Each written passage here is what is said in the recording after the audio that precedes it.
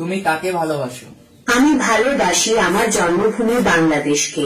দর্শক, চ্যানেলের সাথে এই মুহূর্তে আলোচনায় আছে বরিশালের আগৈলঝরার একজন তরুণ উদ্ভাবক ইরান সর্দার।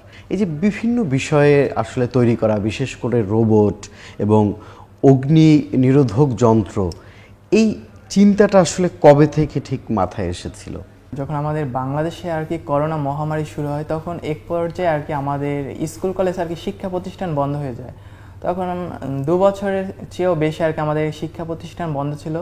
তখন এই বন্ধের অবসর সময়টা আর কি আমি রোবোটিক্স নিয়ে আর কি কাজ করা শুরু করি। একটি রোবট তৈরি করি রিভা নামে। এটাও বেশ কিছু আর কি আলোচনায় এসেছে বাংলাদেশে। পরবর্তীতে যখন আমাদের দেশে দেখি প্রতিনিয়ত আর কি অগ্নিকাণ্ডের দুর্ঘটনা ঘটেই যাচ্ছে, তখন আমি এই বিষয়টা নিয়ে চিন্তা ভাবনা করলাম যে কীভাবে কিছুটা হলেও অগ্নিকাণ্ডে আর কি সমাধান করা যায় আর কি।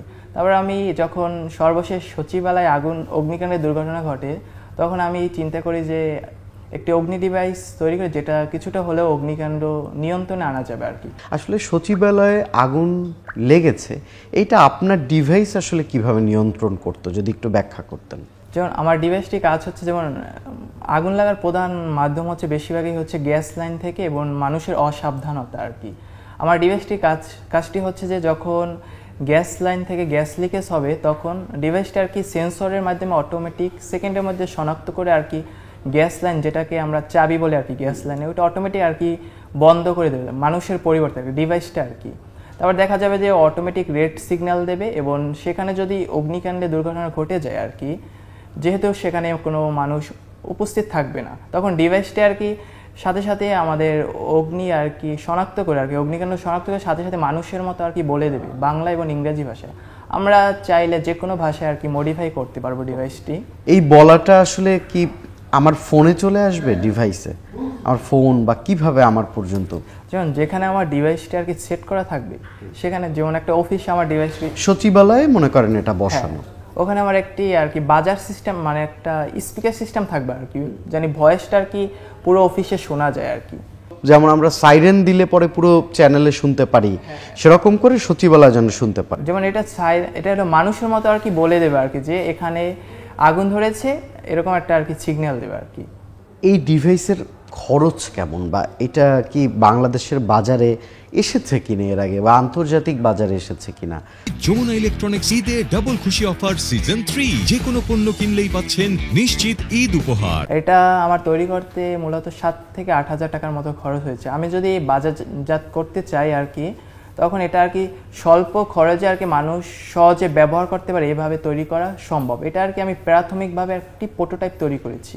আমি চাইলে এটা বাণিজ্যিকভাবে তৈরি করে মানুষের কাছে স্বল্প খরচে ছড়িয়ে দিতে পারবো আর কি। দুর্যোগ ব্যবস্থাপনা দায়িত্বে যারা আছেন, তাদের সদিচ্ছার জায়গা থেকে আসলে এই যন্ত্রটা কিভাবে ব্যবহার করতে পারে? তারা যদি আমাকে আর কি ওরকম সুযোগ দেয় আর কি, এটা বাংলাদেশে ছড়িয়ে দিতে আর কি মানুষের ব্যবহার উপযোগী, তাহলে আমার বিশ্বাস আমি এটা বাণিজ্যিকভাবে নিয়ে এসে সবার মাঝে ছড়িয়ে দিতে পারবো আর কি ডিভাইসটি। এই বয়সে আসলে তো মানুষ আপনাদের বয়সী যেটা, বিশেষ করে কেউ মোবাইল কেনে টাকা দিয়ে বা ল্যাপটপ কেনে, এইগুলো নিয়ে ব্যস্ত থাকে। সেই জায়গা থেকে আপনি আপনার হাত খরচের টাকা থেকে এই কাজগুলো করেন। এই বিশেষ করে রিভা নামের একটা রোবটও তৈরি করেছেন আপনি। একটু রিভার গল্প শুনতে চাই। আচ্ছা, এটার কাজটি হচ্ছে যে এটা আমাকে বেশ কিছু আর কি মানুষের মতো অনুভূতি প্রকাশ করতে পারে, মানুষের মতো আমাদের মাতৃভাষা বাংলা এবং ইংরেজিতে কথা বলতে পারে এবং যে কোনো ভাষায় আর কি প্রশ্নের উত্তর দিতে পারে আর কি। এই রোবটের নাম রিভাই দিতে হইলো কেন, এটার কোনো গল্প আছে কিনা? রিভা নামটা আর কি একটা দেশে বাইরের দেশে একটি রিভা নামের রোবট আছে আর কি, খুব জনপ্রিয় রোবট। আর আমার রোবটটা তৈরি করবার অনেক অল্প সময় ছিল আর কি, তখন আর কি ওই রোবটটার নাম অনুসারে ওইটার কপি পেস্ট মেরে দিয়েছেন। ওই রোবটটার নাম অনুসারে আর কি আমার রোবটটার নাম রিভা। কিন্তু ওই রিভা আর আপনার রিভার মধ্যে আসলে তফাৎ কি ছিল?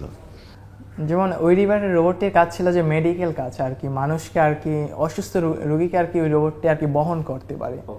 আর আমার রোবটটির কাজ ছিল যে আর কি মানুষের মতো কথা বলতে পারে, যে কোনো কোশ্চেনের আর কি উত্তর দিতে পারে, যে কোনো সমস্যার সমাধান করতে পারে আর কি। তারপরে অগ্নিকাণ্ডের আর কি হলে আর কি বলে দিতে পারে, যে কোনো বিষয়ে কি মানুষের মতো আর কি অনুভূতি প্রকাশ করতে পারে আর কি। রিভার কি দুর্বলতা ছিল যে আরো বেশি সহযোগিতা পেলে বা এইসব সাপোর্ট পেলে রিভা আরো হয়ে যায়? এটা মূল দুর্বলতা হচ্ছে যে এটা যেহেতু আমার ব্যক্তিগত খরচ থেকে তৈরি করা, আর এটা আর কি বাজেটের একটা বিষয় আছে। আমি যদি আর কি বাজেটটা আর কি বড় পরিসরে থাকতো আর কি, তাহলে আমি আরও উন্নত মানের বর্তমানে যে বাহিরের দেশগুলোতে যে এআই প্রযুক্তি দিয়ে যে রোবটগুলো তৈরি করে আর কি ওইভাবে তৈরি করতে পারতাম, কিন্তু বাজেটের স্বল্পতার কারণে আর কি আমি আগাতে পারিনি আর কি। আপনার মাথায় রোবট ঢুকলো কিভাবে আসলে? বিষয়টা হচ্ছে যে আমাদের দেশে আর কি মানে সবাই আর কি পড়াশোনা করে, সবাই ভালো রেজাল্ট করে। আমার চিন্তা ভাবনা আছে যে আমি পড়াশোনার পাশাপাশি একটা স্কিল তৈরি করতে চাচ্ছি, যে আর কি যেটাকে বলে উদ্যোক্তা আর কি। মানে পড়াশোনার পাশাপাশি আমি আর কি একটা উদ্যোক্তা মানে একটা স্কিল তৈরি করতে, তখন আমি আর কি করেছে যেহেতু আমাদের দেশে রোবোটিক্স সেক্টর অনেক পিছিয়ে অন্যান্য দেশের তুলনায়, তখন আমি আর কি রোবোটিক্স সাইডটা বেছে নিই।